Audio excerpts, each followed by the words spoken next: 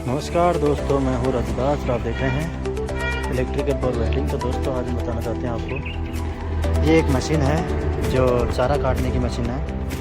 इसमें चलते चलते ये जो मशीन की जो गिरारी होती है ये इसमें टूट गई है अचानक से। जो यहाँ पर बोल्ट लगता है ये वाला टूट गया।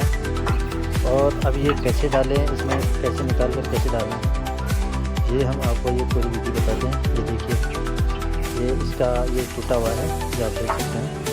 ये इस साइड का टूट गया और ये इस साइड का टूट गया, दोनों साइडों का ये टूट गया। ये इस साइड का है जो आप देख सकते हैं, इस साइड का। तब ये टूट जाने के बाद ये चल नहीं पाती। ये जो चारा खींचने का बेलन है ये इसको खींच नहीं पाता।